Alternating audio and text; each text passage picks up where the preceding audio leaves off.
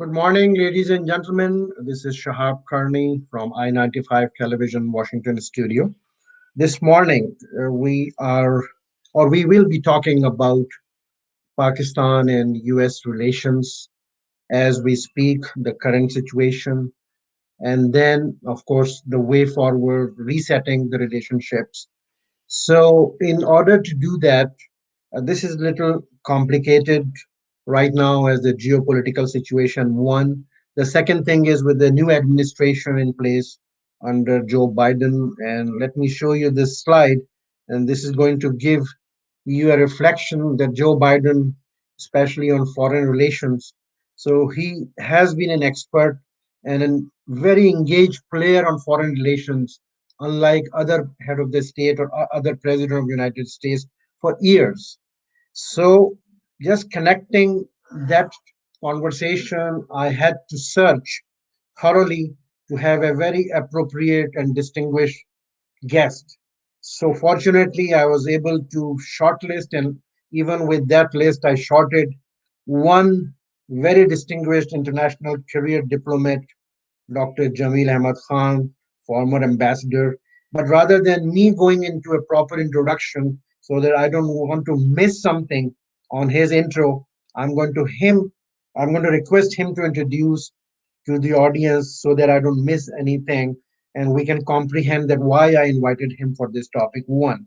The second disclaimer is that we are doing this segment or this episode in English for valid reasons because as soon as I promoted this segment on my social media outlets, then I got a lot of requests from our friends in Washington, D.C. to have this segment in English so that they can also learn from this conversation as a policymaker. So let me bring to the screen Ambassador Jamil Ahmad Khan. Thank you very much, Excellency. How are you today? Oh, thank you very much for having me, and I'm very delighted to be with you, Mr. Karni. You have given me a difficult task of introducing myself. I normally introduce myself with my name only, but perhaps you wanted me to give you some background. Yes, in the current situation, what is Go, going go on. ahead. The reason, Ambassador, I said so because I don't want to miss anything that why you are proper or why I selected you for this conversation. Go ahead, sir. I understand your selection is mostly, quite appropriate. I don't know whether this one could be the appropriate one or not, but I must tell you that in the present situation, any person, I'm included in that, who has the background of the region with the oversight of what is happening around in the globe, would be probably in a better position to address to such topics and to try and do some justice with such topics. So I started my career with the armed forces, like in most of the Western country. Normally, people try and join the armed forces to get groomed. So I started my career from the armed forces, and while I was a captain, I then appeared in the CSS exam, the Central Competitive Exam, and from there I got selected for the civil services, and from civil services I got selected for United Nations, where I have served 5 different countries as a country head in UNDSS, and followed by I was selected as ambassador of Pakistan to Libya with concurrent accreditation of Malta, Burkina Faso, and Togo, and then I was transferred and posted from there to in the UAE. But while I was in uniform in the Pakistan Army, I was also sent on secondment to Saudi Arabia, where I served in the Saudi forces, what they call Al Jash Al Arabia Al Saudia. So I have a little bit sense of the region, I would say, and anyone for that matter with this kind of a background should have the sense of the region. And I also try and have in view and keep in view what is going around on the global situation. So that's about it. I think the background which you probably for which you probably selected me for appearing in your show. Thank you, Ambassador. So let's come back to the topic. As I said, we are going to talk about Pakistan and USA relations. resetting and way forward. So, as I mentioned to my audience, that Joe Biden, unlike other president in United States for at least last 32 years, is a unique actor, unique person who has thorough knowledge of foreign relations because he headed the U.S. Senate Committee for Foreign Affairs and International Relations for years. One thing. The second thing is, let's start as far as Pakistan goes. Let's start with this slide. Audience, please look at this. Mr. Zardari way back honoring Vice President Joe Biden. So, I mean, that's the kind of relationship. So, Ambassador Jamil, please tell us when Yeah. I say about Joe Biden, new administration, what do you see? He definitely, Joe Biden has an edge, and he has an edge which no other president of the United States had ever had. And as you have already indicated in your intro, that he has been chairing the Foreign Relations Committee of the Senate, and prior to that, he was a member of the Foreign Affairs Committee.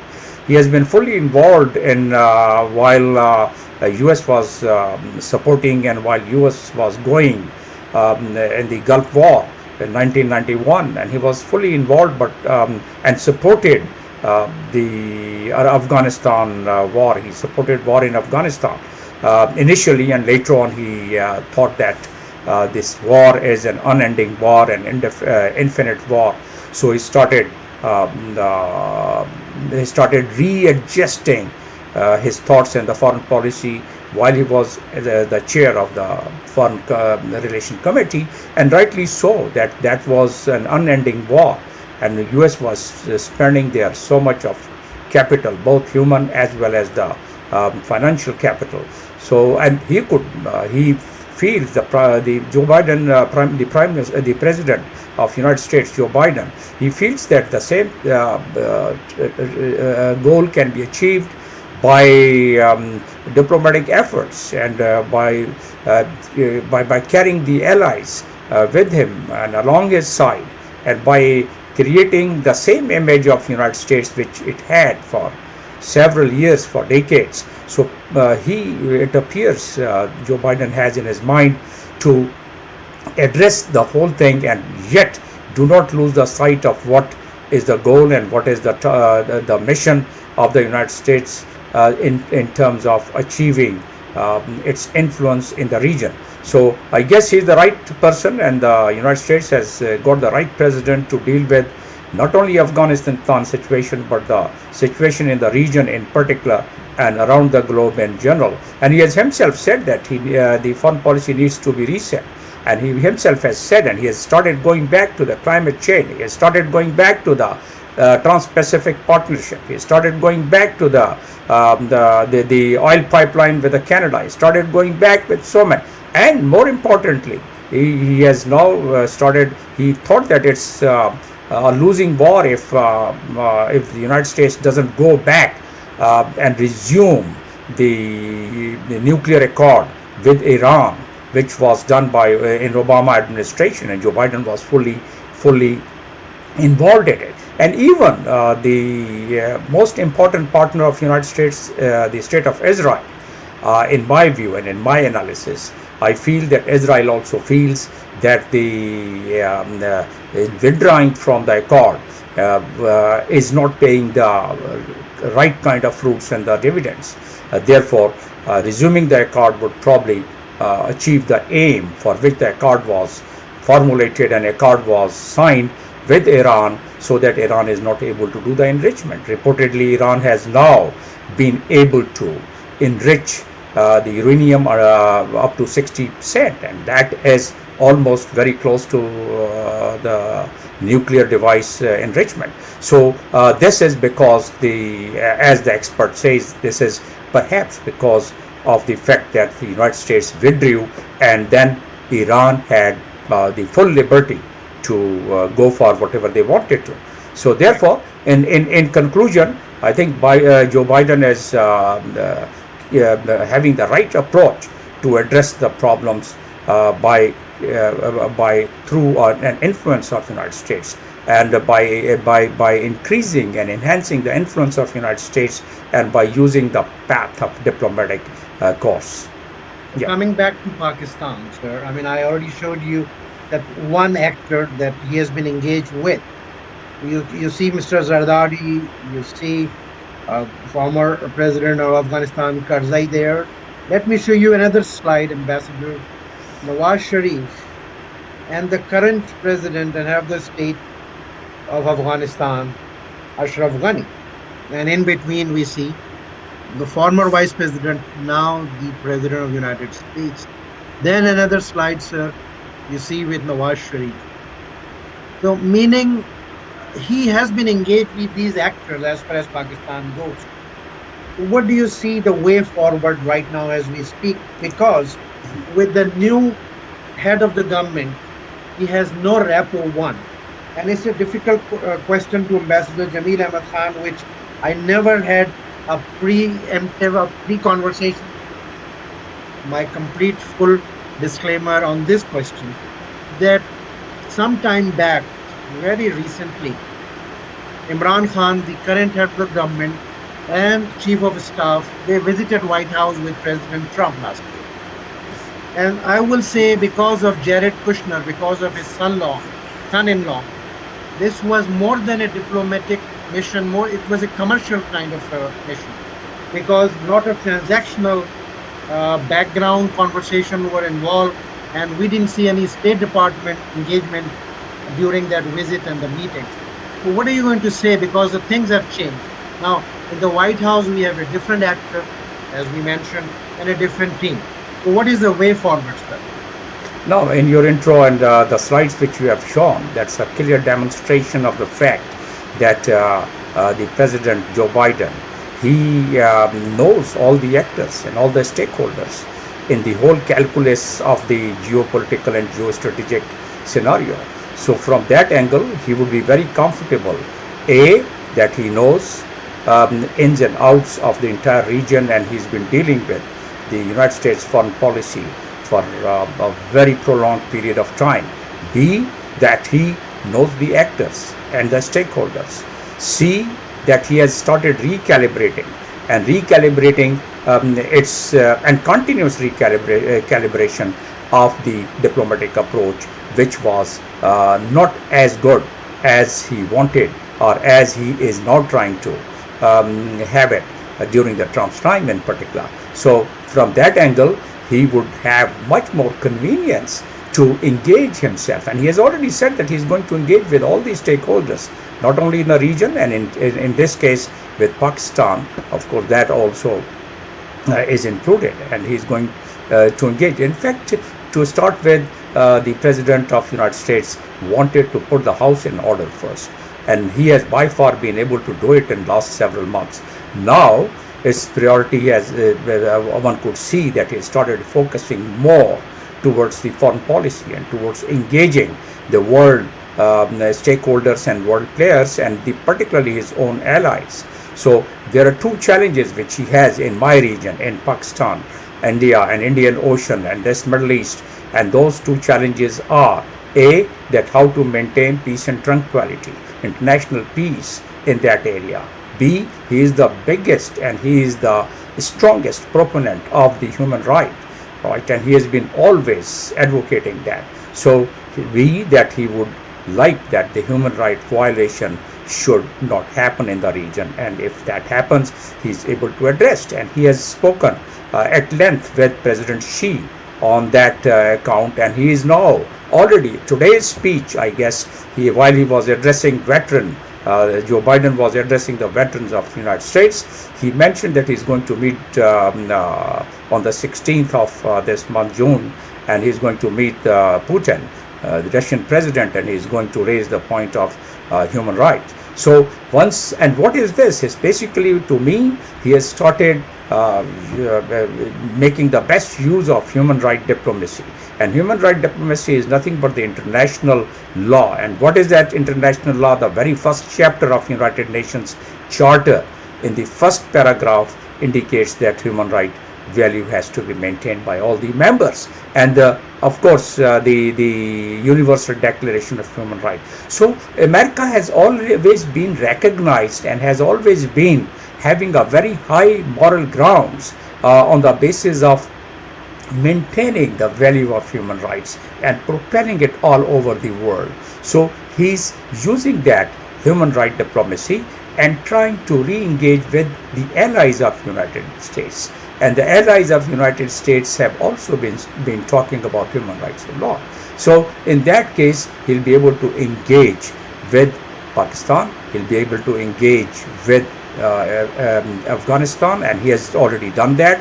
Pakistan would have a lot of challenges which is coming forth, and no one could understand the challenges of Pakistan more than Joe Biden, because he has been having all his previous 10, 15 years, he has been dealing with this matter.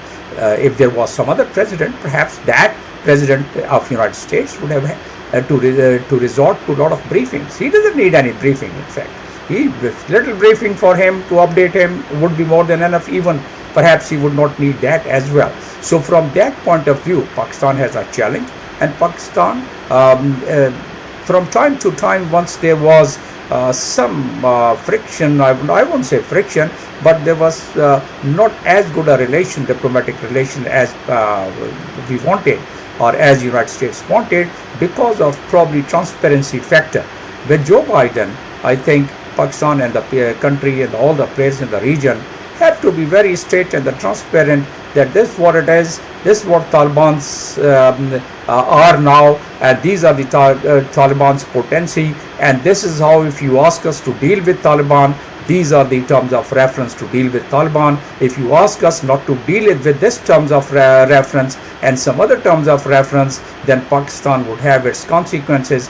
Pakistan has already suffered more than $100 billion total losses, including infrastructure, and with Pakistan has lost about 70,000 human beings, 70,000 lives, and it was of nobody's interest.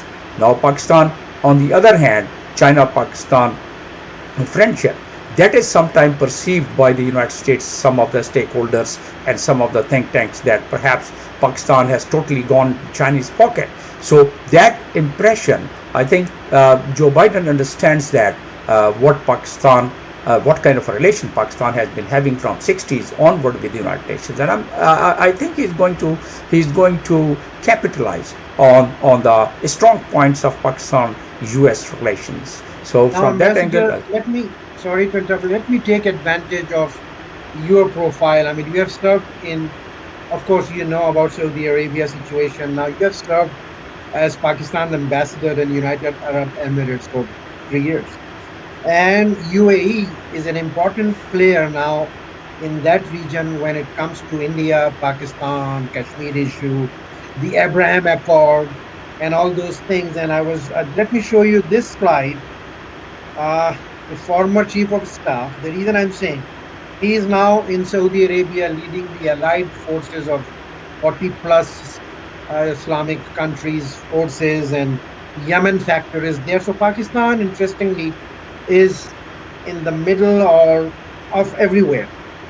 So now, keeping in view your relationship, your knowledge of that region, if I had to ask you for resetting and moving forward, what will be your advice to our folks back in Pakistan, whether it's the civilian government or our military rulers there? I'm sure they have a big stake in foreign affairs. So what will be, and you have a mix of both, from that side and the civilian side and diplomacy. So if in my final hour of this question, final minutes of these questions, if I had to ask you, what will be your advice to them back in Pakistan as far as US is concerned? What is the way forward? well, I am a free citizen now. I am obviously no more the ambassador of Pakistan, so I can give you my free thoughts and my analysis on it. So that's very simple. You have mentioned about Abraham Accord. Fine, that is one aspect, and you have mentioned about what Pakistan approach should be. So Pakistan is basically now facing a challenge of perception.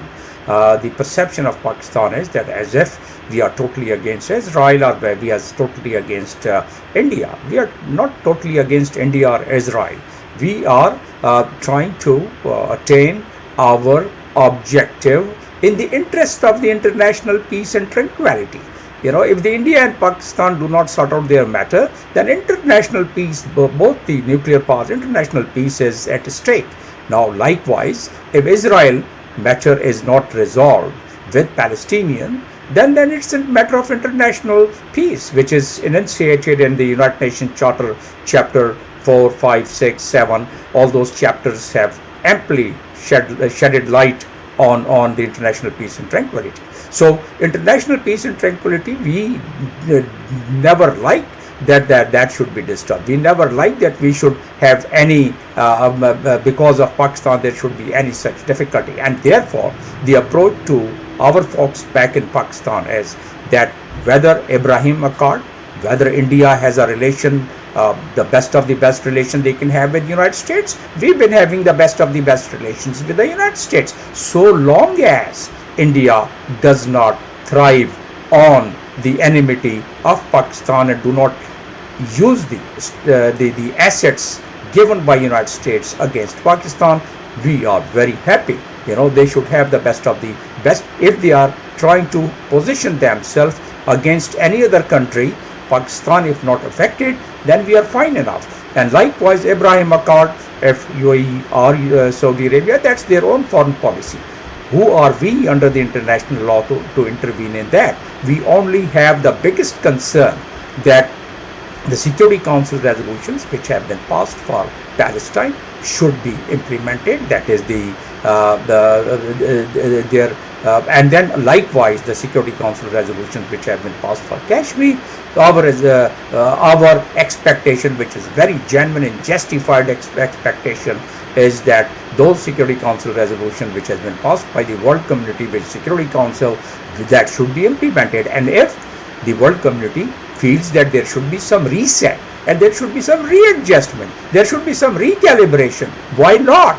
Let's sit on the table and do the meeting again, deliberate it again and take it to the Security Council, pass another resolution, and Pakistan would respect the international law. So our folks should respect the international law, which they have always been saying, and our folks should not bother who is having relations with whom, right? Whether it's UAE, Saudi Arabia having relations with Israel, or our problem is that if we have relations with Israel, then we are compromising on Kashmir. That is what the whole problem, which our folks, they understand there, they feel there. So that is a very big quagmire we are into it. But so far as the relation is concerned, of any other country with any third country, we have no problem. We should not have any problem with that, and that's what my message to the folks back home is.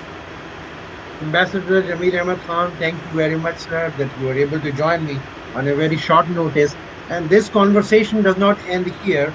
Definitely in coming weeks, we are going to be inviting you because you have done a lot of research. You have got good sight, on the Middle East, Pakistan, and especially United States. So definitely we will be inviting you.